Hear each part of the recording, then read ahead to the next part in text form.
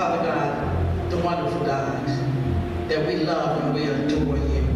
We thank you for you being an awesome and wonderful God in our life this morning. We thank you, Lord God, that you're just a joy in our lives this morning. We just want to magnify you and honor you and bless you, Lord God, because you are worthy of all honor, glory, and blessings. And we want just right now to confess, Lord God, that we may not have done everything that you wanted us to do.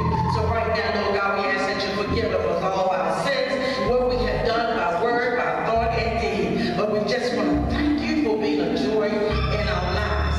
Now, Father God, in the name of Jesus, I know that you have given me the words, but I ask right now that you step in front of me and that I step behind it, Lord God, that I come and give what you have ordained me to do. Now let the words of my mouth and the meditation of my heart be acceptable in thy sight, O Lord, my strength and my redeemer. And this is my prayer in your precious name. And my soul says, amen. Amen. And so Pastor read in your hearing the verses from Esther 4, 9 through 16. So I'm still coming from, this is still women's season, so I just wanted to come from the scriptures that we had for our theme. And so I just want to lift up verses 14 and 16. And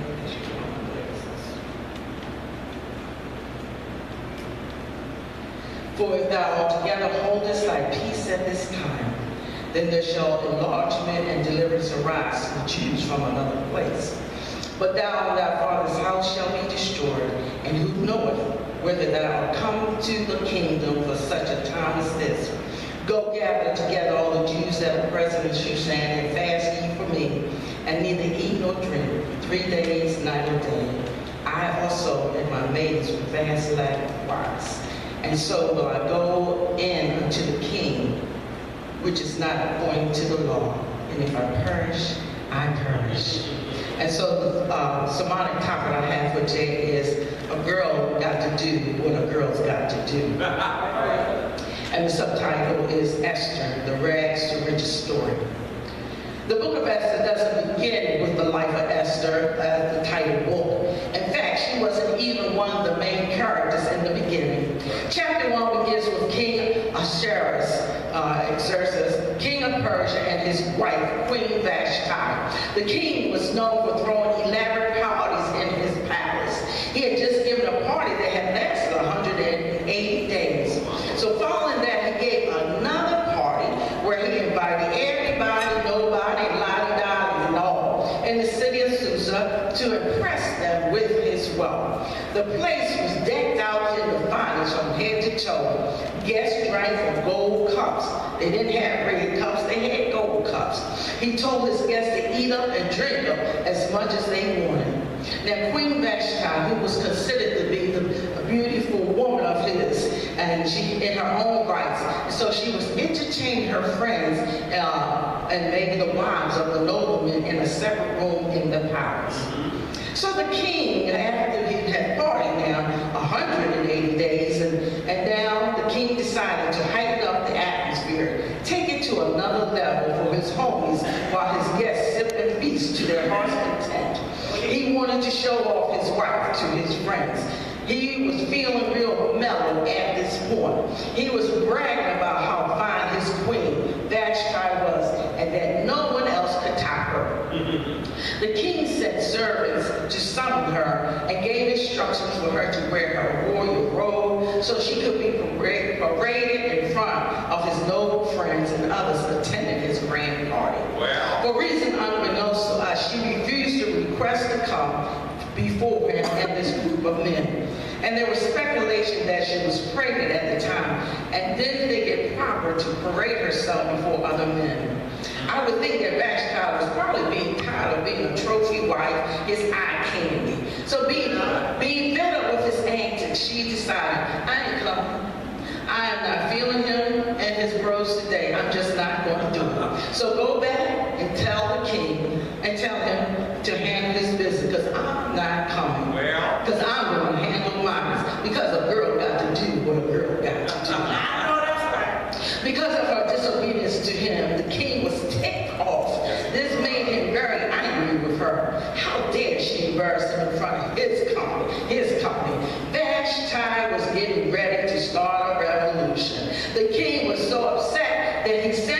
his officials to figure out what to do next. Now, he's the king. He should know what to do, right? The king said, oh, she wants to have me to handle my business. See if she can handle this. So he devised a law. In other words, they got a restraining order on her that forbid Vashti from ever seeing the king again. Just imagine if the other wives heard of what she had done, they would have followed suit. The king and the men in Susa wasn't having it and didn't want this kind of nonsense to spread to their homes. So the king had her serve her eviction papers and she was dethroned.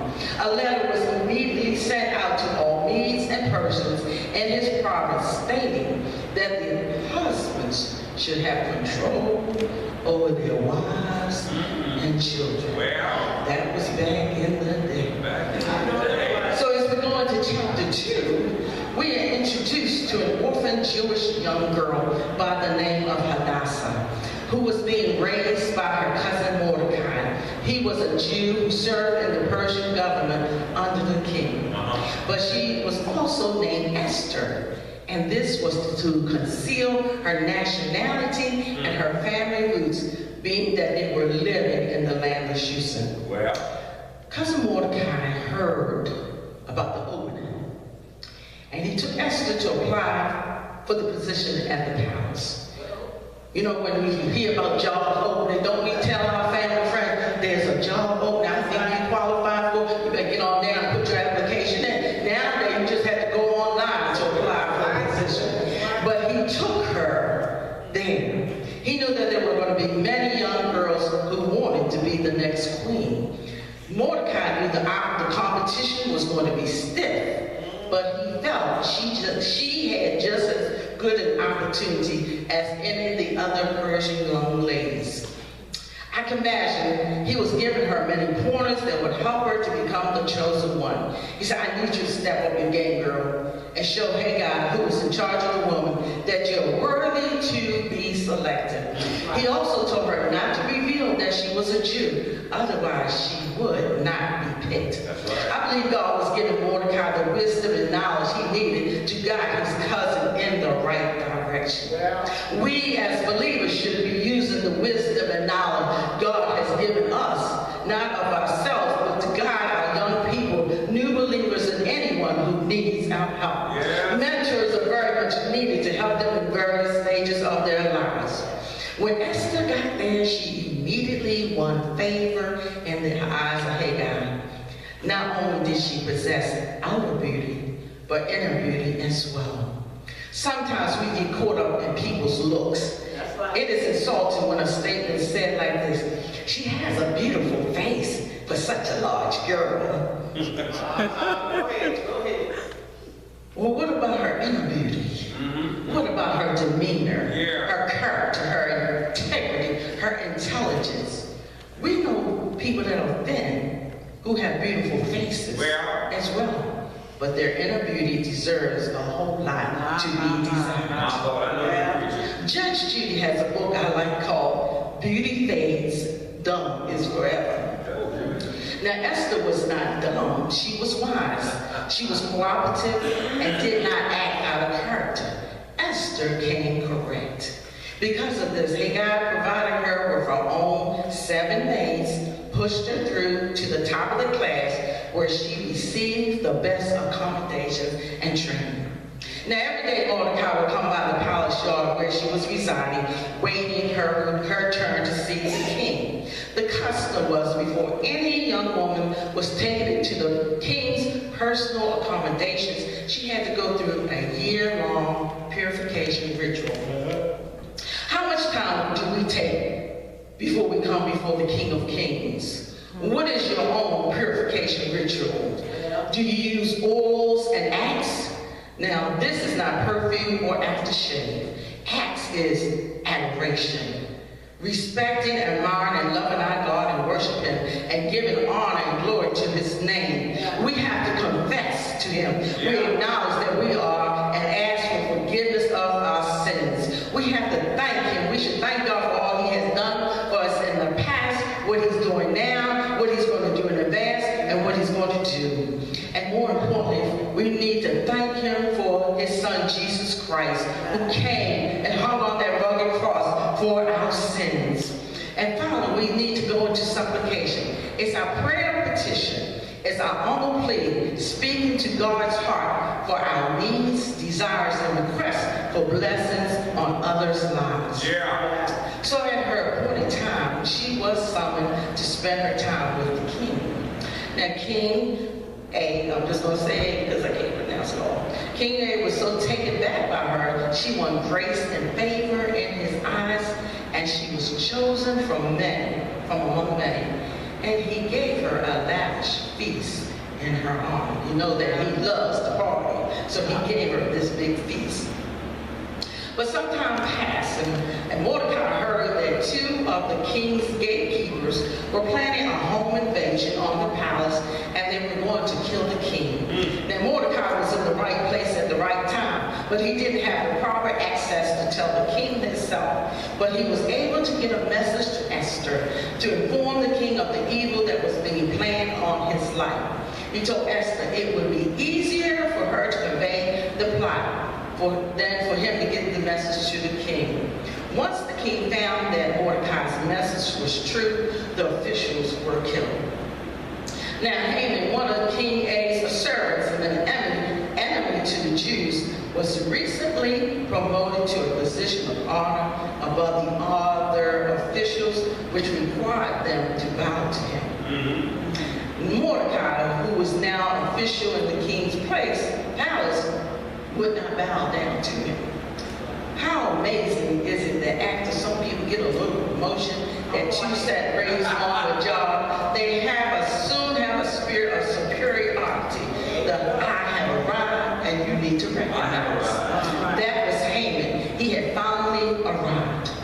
After several times, Mordecai was questioned as to why he did not comply, so he revealed to some of the other officers that he was a Jew and he was not bound down to Haman. Now Haman found out, and that's all he needed to hear. He went to the king to declare that all Jews who did not follow his law would be destroyed.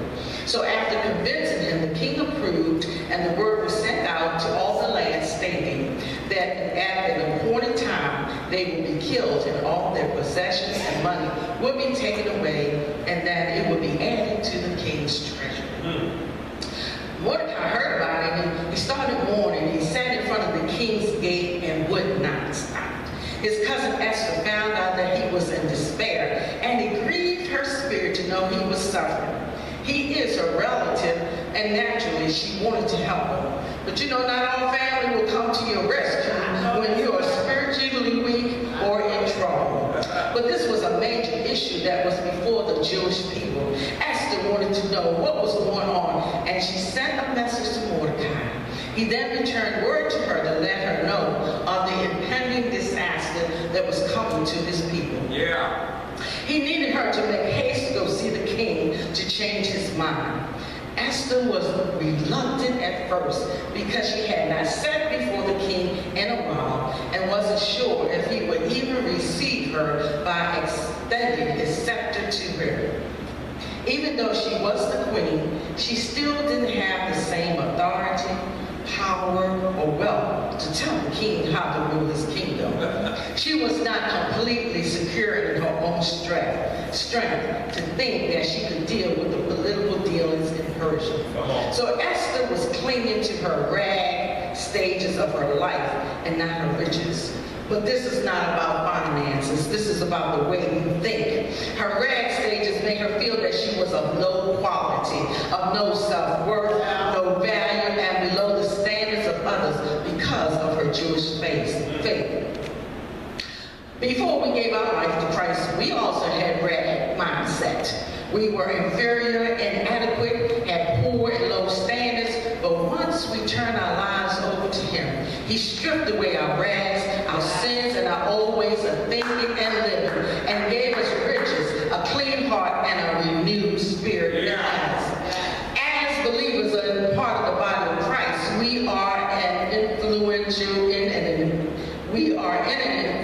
position. And influential positions bring responsibility to act on someone else's behalf, whether the person is aware or not. We are to be prayer warriors and intercessors on their behalf. Have you heard of the word push? Pray until something happens. Push. We have to push them through their trials and tribulations.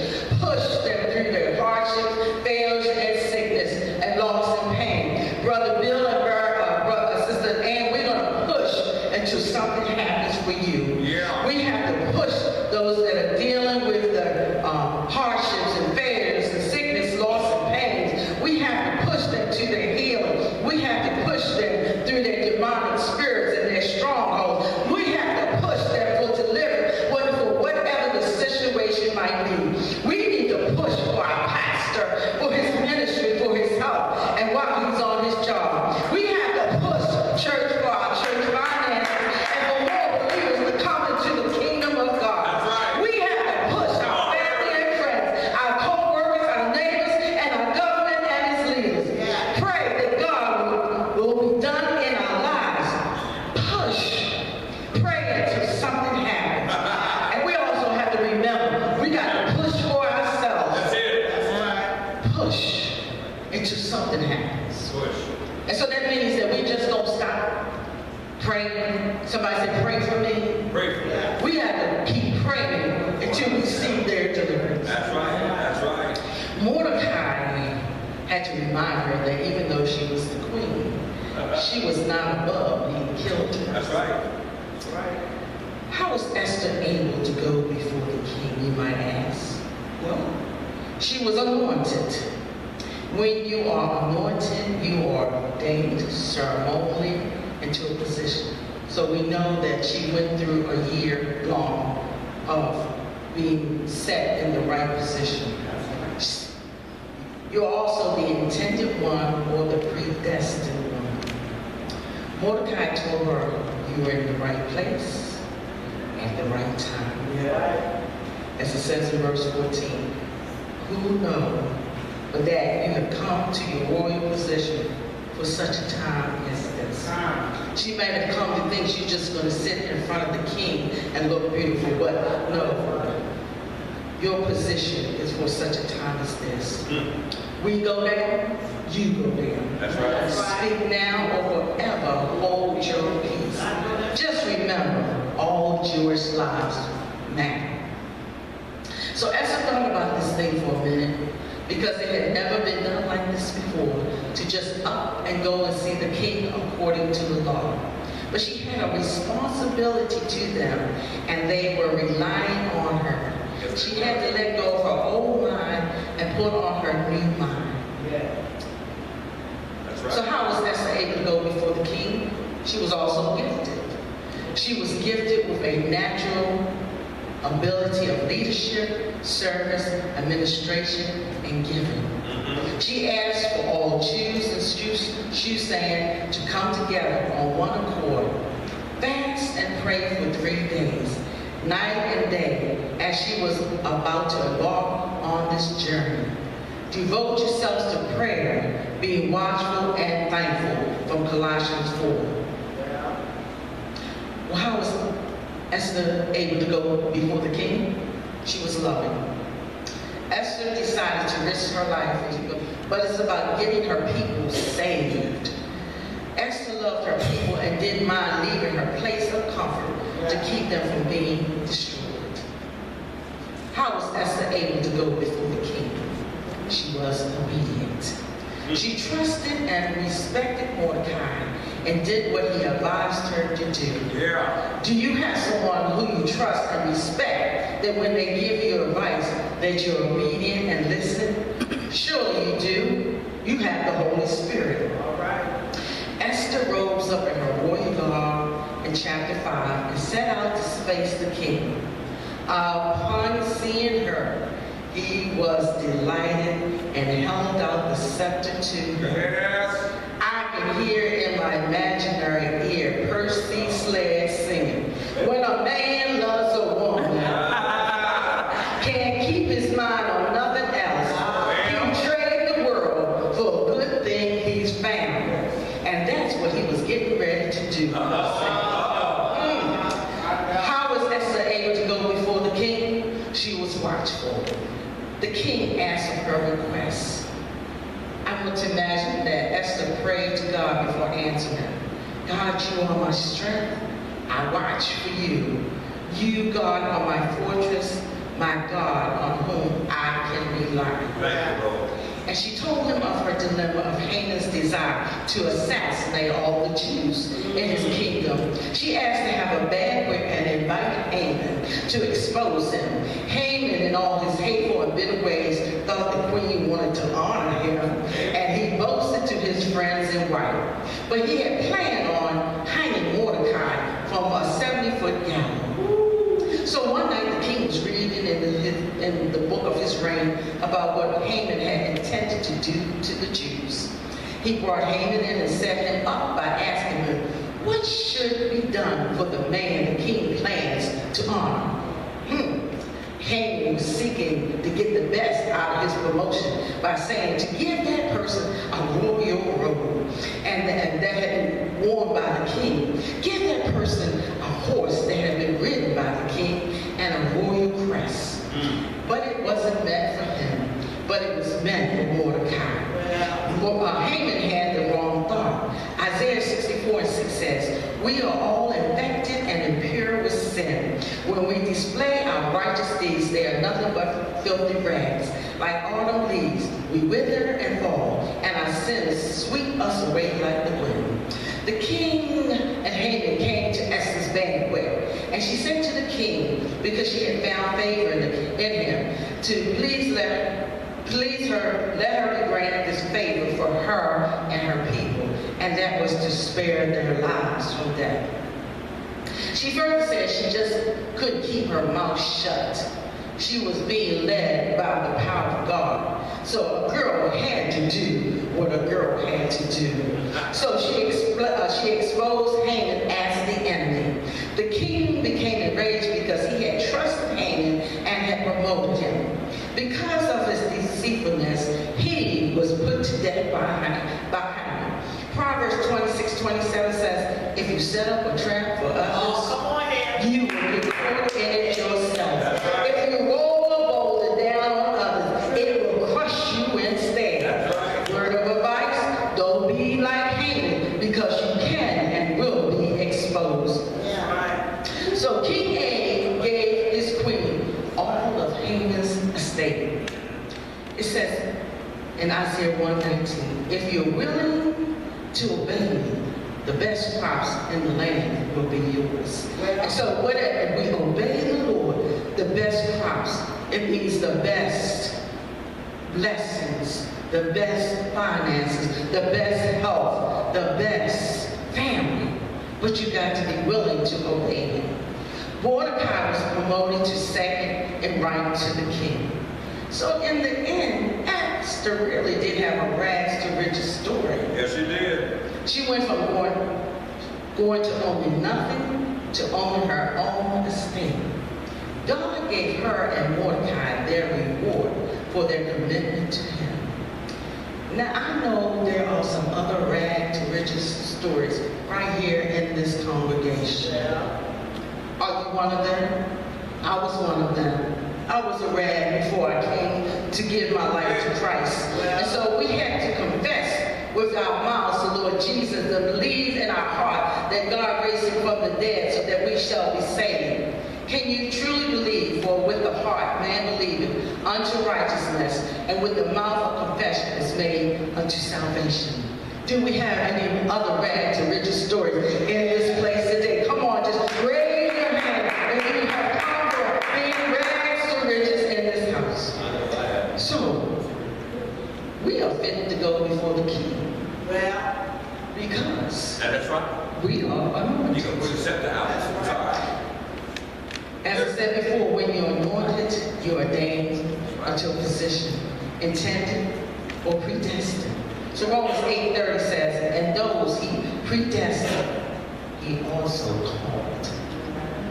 Those he called, he also justified. Those he justified, he also glorified. So I have a question.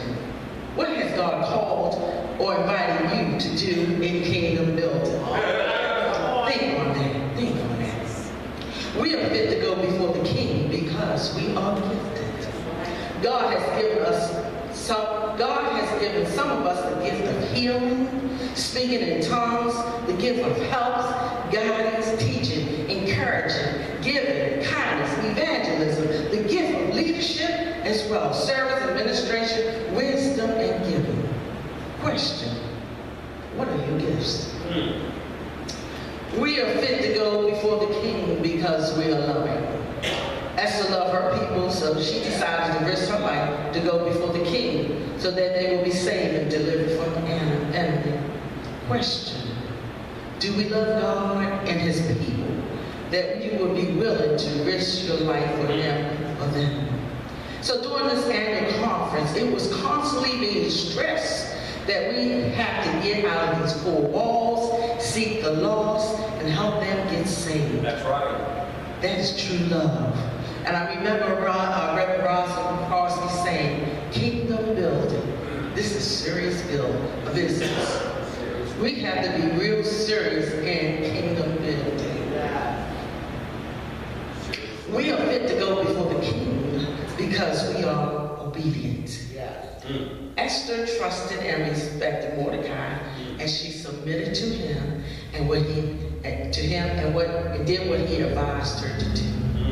Hebrews 5:8 says, even though Jesus was God's son, he learned obedience from the things he suffered. Philippians 2:8 says, he humbled himself in obedience to God and died a criminal's death on the cross. So if Jesus was obedient, so should we. Deuteronomy 5:33 says, walk in obedience to all that the Lord your God has commanded you, so that you may live and prosper and prolong the days in the land that you will possess. So not only Deuteronomy 33 says to walk in obedience, Deuteronomy 8:6, 10:12, 11:22, and 19:9. Joshua 22:5, 1 Kings 3:14, Psalms 128:1, Jeremiah 7:23 says, walk in obedience. 2 John 1:6, and this is love, that we walk in obedience to his command. As you have heard from the beginning, his command is that you walk in love. And finally, we are fit to go before the King because we are watchful. We should be saying, you are my strength, I will watch for you. God, you are my fortress, my God on whom I can rely. Question, are your eyes on God? We don't want to be like the disciples in Matthew 26:41, who couldn't keep their eyes open while Jesus was in Gethsemane praying. And he asked them to stay and watch with him because he was beginning to feel sorrowful and troubled to the point of his pending death. Well, I have a king. The king that I had come to know, the one who died for my sins, that I might have eternal life, wants us to approach him. He wants us to approach him. And so, he won't turn us away when we come. We don't have to wait for a scepter to be handed out to us. We don't have to wear any fine jewelry, special robes, or headdress. But you just put on your garment of praise and humility and adoration, and bow before him and worship him. Question, do you think we can do that? Because a girl's got to do what a girl's got to do. And so yesterday at the closing, Bishop Ashton Berkeley McKenzie told the Baltimore annual conference, you can do this. That's right. And I believe that Evergreen, we can do this. Yes. But she also said to stop playing it safe. You can't do effective ministry doing it the same old way. That's right. So my final question is, do we have any modern day Esthers in this house today? Come on, we're going to see the King of Kings, the Lord of Lords, because the enemy is killing our people and wants to kill even more. But in this time of persecution, we have got to go see the King. For whether we live in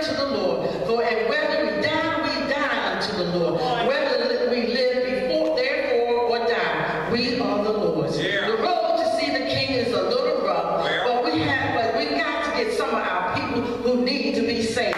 Too many of our people are dying physically and spiritually. They need deliverance from ungodly lifestyles, from those drugs and the fentanyl and the opioids. There's wars in the home, in the streets, in the church, and on the job. Hatred, abuse, and hunger. Children killing their parents and parents killing their children.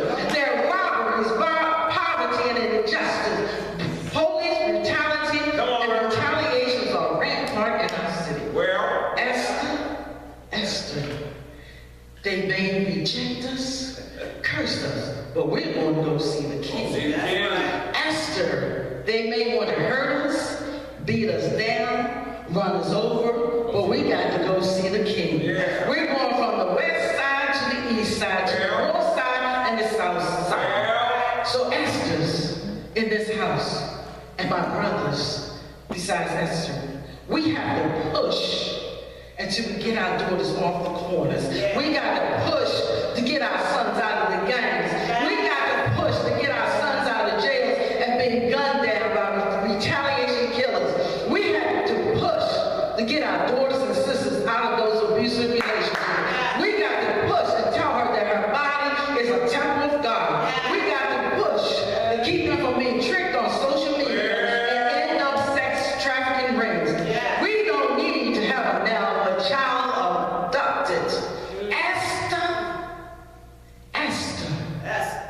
I'm asking you, Esther Sherman. Yes. I'm asking Esther Angel. I'm asking Esther Rhonda, Esther Mag, Esther Denise, Esther Ann, Esther Valerie, Esther Candy, Alpharetta, Freedom, Esther Dolores, Esther Shawn, Esther Martine, Esther Nancy, even Esther Destiny, Esther Curly, Esther Marion, Esther. We need to push because we got to go see the King. And so this is not just for the women to do, but I'm going to ask our brothers to push along with us. Pray until something happens. A girl got to do what a girl got to do. Stand on